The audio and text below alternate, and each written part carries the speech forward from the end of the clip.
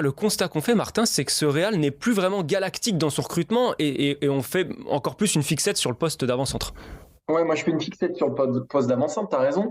Donc depuis 2010, les numéros 9 qui sont arrivés au Real Madrid, José Lu, tu viens d'en parler, Luka Jovic, qui à mon avis est l'accident industriel qui explique peut-être dans quelle situation, dans Ouais. la situation dans laquelle on est aujourd'hui, parce que ça devait être lui le successeur. C'est en tout cas comme ça qu'il avait été identifié.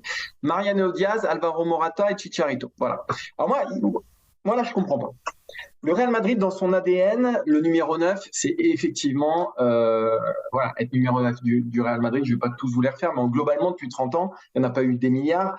C'est Raúl Morientes, Ronaldo, Benzema, si on schématise, au niveau voilà, des grands avant-centres. Depuis quelques années, il y avait Benzema, mais le Real, quand même, regardait au moins pour une doublure, si ce n'est pour mettre en concurrence, ou au moins pour l'après Benzema. Donc, on a parlé de Lewandowski, de Kane, d'Haaland et d'Mbappé, en gros, hein, globalement, depuis quelques années. Et là, on se retrouve donc avec une saison que le Real va démarrer avec Rossellou.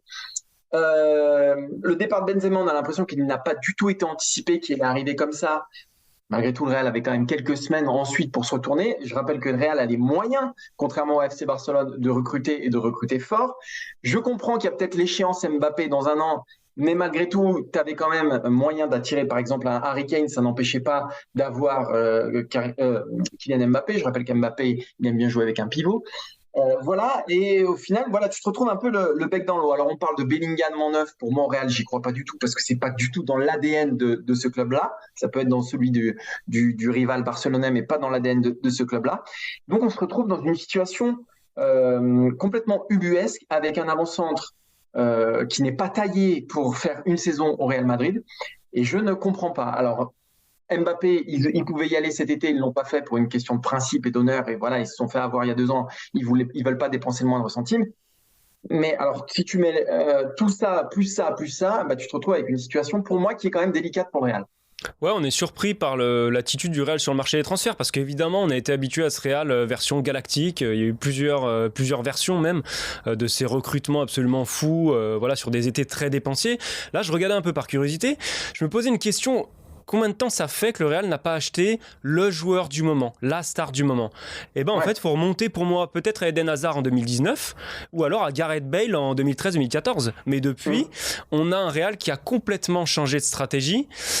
Et en fait, là où je la trouve cohérente sur tous les postes, sauf celui d'attaquant, c'est qu'il y a un projet, on le sent, qui a évolué. Alors ça nous surprend, mais on a un projet qui a évolué sur le moyen terme. Là où on avait un Real qui était dans le recrutement court terme, gagné tout de suite, là on a un Real clairement qui, avec les Tchouaméni, les Camavinga, les Valverde, les Bellingham, construit pour être une formation dominante. Mais même Vinicius, même Rodrigo, exactement, même Militao, ça répondait à cette logique. Sur les années à venir.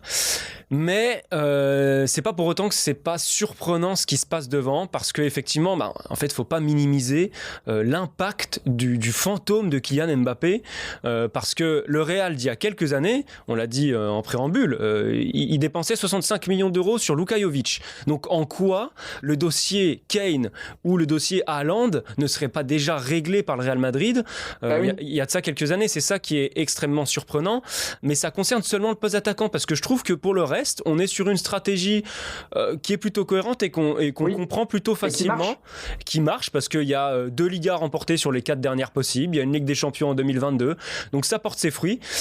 Mais on se retrouve quand même avec un Real extrêmement court au poste d'attaquant et qui du coup a du mal quand même à tenir sur la durée, et on voit parfois des compositions d'équipe quand on arrive au milieu fin de saison un peu particulières, quoi. Donc c'est en ça que le Real a changé. Mais pour illustrer ton propos, le Real n'a recruté que 3 joueurs au-dessus de 50 millions d'euros depuis 10 ans. 3 joueurs, donc il y a Bellingham cet été, Tchouaméni l'été dernier et Hazard. Donc il n'y en a que 3. Pour te dire, ils en ont vendu plus au-dessus de 50 millions qu'ils en ont acheté. Donc ça signifie effectivement qu'il y a eu un changement de projet, comme tu disais. Vinicius, Rodrigo, Militao, Tchouaméni, Camavinga, Bellingham, Diaz, Güler, c'est que des mecs qui ont moins de 25 ans. Enfin, Militao, je crois qu'il a 25 ans, mais sinon ils ont tous moins de 25 ans. Mais effectivement, pour moi, il manque cette cerise sur le gâteau.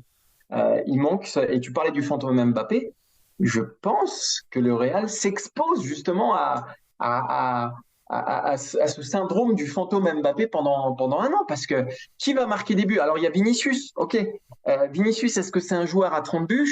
Est-ce que c'est un joueur à 30 buts par saison? Pas encore en tout cas. Pas encore.